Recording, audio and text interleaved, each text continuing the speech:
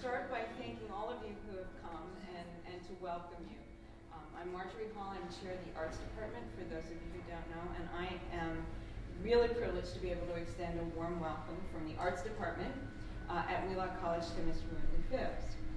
It is a real privilege to have you visit our school. And as many of you know, Winkley Phipps is visiting Wheelock as founder and CEO of the Dream Academy, a program to give at-risk young people, especially those who have incarcerated family members, mentoring, support, and the vision required to choose a different path. But he is also a renowned musician who has performed for countless distinguished audiences, including giving a rendering of Amazing Grace at the presidential inaugural prayer service for Barack Obama this January. And he has been twice nominated for a Grammy Award and has performed all over the world. We are especially honored that you, Mr. Phipps, have been able to take some time for conversation with students at Wheelock who are studying music and who have studied your music. And under the direction of Leland Clark, Associate Professor of Music, the students have prepared a series of questions as starting points for the conversation. And I'm now going to turn over the podium to Allison Naylor, who's a performing arts major, and she will be moderating the discussion. Welcome. Thank you. How are you? So we're going to have to speak real loud. Hi. So right now, we're going to be doing a series of questions. We found out you were coming, and we were really excited. So during class, we took some time, and we came up with some questions. And right now, we're just going to share those with you, and hopefully, you can answer them all. So the first question we have is from Megan. Hi. Hello. Good afternoon. I'm Megan. I am a sophomore at Wheelock. I am majoring in human development and hopefully in child life, and then a minor in music. And my question is, we watched a video in class, and you spoke about the tape that you gave to a stewardess on the plane. Yes. Was this a tape that you kept on you for promotional reasons? Or was the tape a personal recording? And also, what song or songs were on the tape, and did they have any personal meaning for you? Absolutely. I usually travel with cassettes or CDs that I give away as I feel impressed or led. So if you've ever traveled and sat next to me on a plane, more than likely you may have gotten a CD. And I've been doing that for over 30 years. I've been on an airplane once or twice a week on average for over 30 years, every single week of my life. And so in a way, it's promotional purposes, but it's really promoting the message that is on the CDs that I record. And I've given it to just some of the most amazing moments have happened, because you never know whose life you're going to touch. You just never know where that person is going or what that person will mean in your own life. I'm not sure if I answered all of the nuances of your question, but was there one that I missed? What songs were on the tape? On the tape that I gave the flight attendant, it was really my first recording. I've recorded about 30 albums and or CDs today. My son came to me some months ago, or some years ago, and said, "Daddy," he was 14, "what's a record?" And so we have to get used to saying the new thing. So, but on that was a song that's very special to me called "I Give You My Life." And it's a song about the moment that I made a decision to sing only music for God and music that inspires people to want to be close to God or to know God. That was a very important decision. You weren't there last night, so I guess I can elucidate a little bit. When I was growing up, my voice changed when I was about 14 and a half years old. So I have been sounding like this since I was 14 years old. And it has been, at first I thought it was going to be a freak thing. And the only reason people would listen to me is because I sounded like a freak. But as I grew older, I realized that I had been given something very unusual. And I wanted at first to be another Sly Stone, and I know you have no idea who that is, but he was the hottest thing since sliced bread in the rock, funky music world. Before there was Michael, there was Sly, but I met Sly, and he was stoned, and I said, something's wrong with this picture.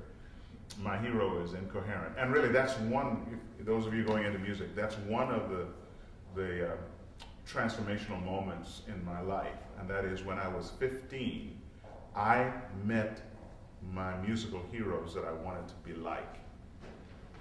And I was able to see firsthand what their lives were like. And I was able to make a decision at 15. That's not what I want. That's not where I want to go. Most people don't get that opportunity. Folks who are looking at Brittany from out here, they don't get to see the underbelly of what that life is really like. And I was able to see it and make some decisions very early, and it transformed my life. And the music that I gave that flight attendant that day. And I guess, let me tell you another experience about giving away tapes on things. 29 years ago, I was on an Eastern Airlines flight, another Eastern Airlines flight. I used to fly Eastern Airlines a lot. From Los Angeles to Atlanta. My wife who was here with me, she recognized this lady, and when I saw us, I recognized who she was too. So I went and I got another cassette, because we didn't have CDs then. And I knelt down beside her and I said, I feel impressed of God to give this to you. The kind of music I do is gospel music, inspirational music, and I want you to listen to this same tape and the same song. I give you my life. God, I give my life to you.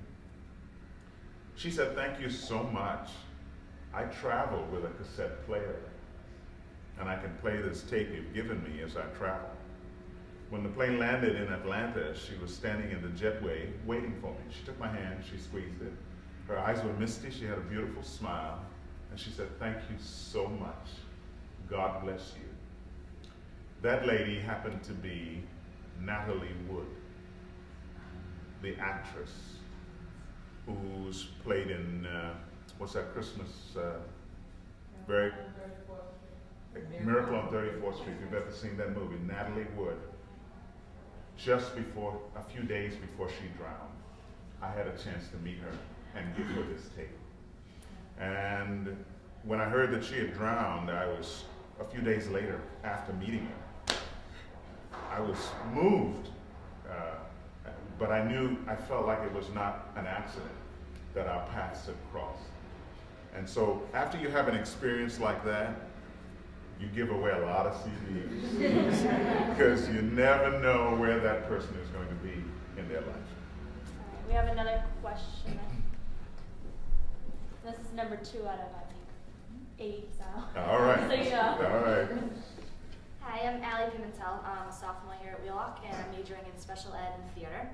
And my question is, I read that when you were younger, you dreamt of becoming a rock star, and as you grew up, you realized that lifestyle wasn't for you. Right. Have you ever wanted to disprove the negative stereotypes of a typical rock star? To Disprove the disprove the negative. stereotypes. Oh, the stereotypes don't even capture what's real. So I never even want to try to disprove, because what I'm trying to say to you is worse than the stereotypes. General. I'll give you an example. You've heard of Motown? Mm-hmm. One of the big vice presidents of Motown, I said to him, I asked him a question one day. I said, how many of the principal artists of Motown, Temptations, Four Tops, Diana Ross, and I sang at Diana Ross's wedding. I've known many of these artists. I'm telling you about personally. how many of the principal artists of Motown have had happy families and happy marriages? And he thought, and then he shook his head and he said, none of them. There's something about selling your soul to that lifestyle that almost assures that you will not have normalcy in your life experience. And there are many reasons for it. And there's some people who don't care. They don't want the normalcy. They'd rather have the fame and the money and all that other things that come with it. But so I never wanted to try to say, I'm going to live like that and prove you can be happy and live like that. All of the evidence that kept getting put before me and all of the lives that I have actually seen personally said, it's really tough to have normalcy and success, mega success. You know, I met Michael Jackson, I met Whitney Houston, and you just go down the list. I've done duets with Patti LaBelle, you just go down the list. So I'm not telling you something that is just off the top of my head. Thank you. So another question? Jenny? Hi, I'm Jenny. Hi, Jen. I'm a senior here at Wheelock. I'm majoring in the arts with a focus in theater performance, 2 minors in like the physical science. Yes.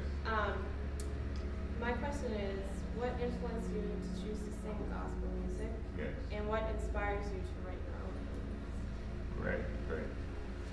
And let me, as I prepare to answer your question, make it very clear that it's important to pursue the development of your gift and use your gift to inspire and uplift humanity.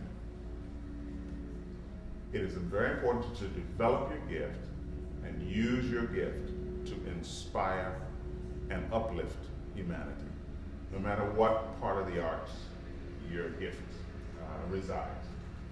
But just know that when you go down that road,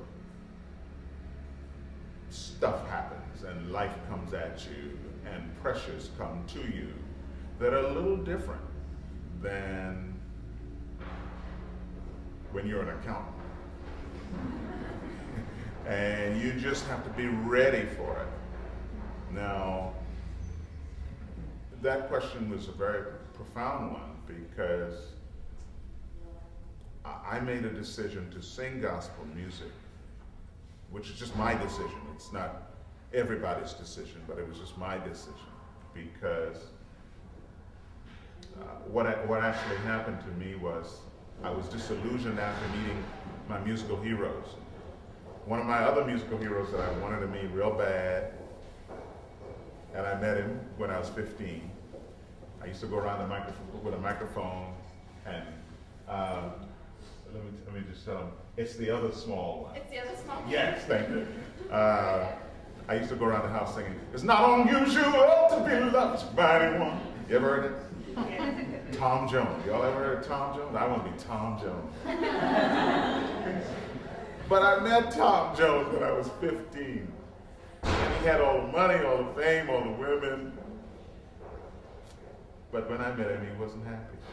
And I said, so at 16 years old, I did something very unusual for a 16-year-old. One Friday night, I got on my knees and I said, God, whatever you want me to do, I'll do. I said, I'd like to travel and sing and use my talents for you. And if that's your will for me, you open the doors, you make it happen. It has been an amazing ride since 16. There's no place in the world I could have ever wanted to go that I haven't gone. My wife and I and our 3 sons together, we have been on every continent of the world except Antarctica. We've been to the Great Wall of China together, we've been to Africa together, South America together. There's no one I could have ever wanted to meet. The people that I've been able to sing for. I'll never forget, I have a moment where I was singing Amazing Grace, and to my left was Yasser Arafat, and to my right was Mrs. I think it was Perez, Rabin, Mrs. Rabin, that's right, Mrs. Rabin. And so this is get the import of that. Amazing Grace, Yasser Arafat, and Mrs. Rabin to my right. You know, those are, you know, that just incredible moments that I've had. I've never had a manager. I've never had an agent. But some of the most amazing opportunities that a singer could ever dream of happened to me. A man called me up one day and said, I heard you sing this song, same song, Giving Your Life to God. And I want you to sing that song on Soul Train. Now, I know y'all probably don't know what Soul Train is. Lord have mercy. So, Soul Train is a black dance show from the 70s, I guess, you know. And so which was, you know, you didn't mix those two, religious music and a hip-hop kind of style dance show. And so he called up the host. He said, I want you to put this young man on Soul Train. And the host of the show said, I'm sorry, I've never put anything religious, and I can't put anything religious on Soul Train. The man said, well, all you got is, you know, folks kind of bumping into each other, and what this young man is trying to say in his music, those are the very young people who need to hear it. And the host, Don Cornelius was his name, said, I'm sorry, I can't put anything religious on Soul Train. So then the man said to him, listen, Don, my name is George Johnson of Johnson Products Company. And my company's been backing your show for the last 8 years. The next thing I knew, I was the first gospel artist on Soul Train. Yeah. A very seminal moment for me was in 1984. Some of the older folks might remember this. When I was in my 20s, I would travel with a man by the name of Jesse Jackson. He was in his 30s, I was in my 20s, and I learned a lot from him. And he called me one day and said, I want you to come to San Francisco. I got to give a speech. And I said, I'd rather watch you on TV. He said, no, I want you to, something special I want you to do. So I said, okay. And I flew to San Francisco not knowing that what he wanted was, he was running, the first African American to run, to be president long before Barack Obama did in 1984. And after his speech at the Democratic Convention, he wanted me to sing. And so that was really my first opportunity to stand up before 60 million people on television and sing a spiritual song called God Uses Ordinary People. And so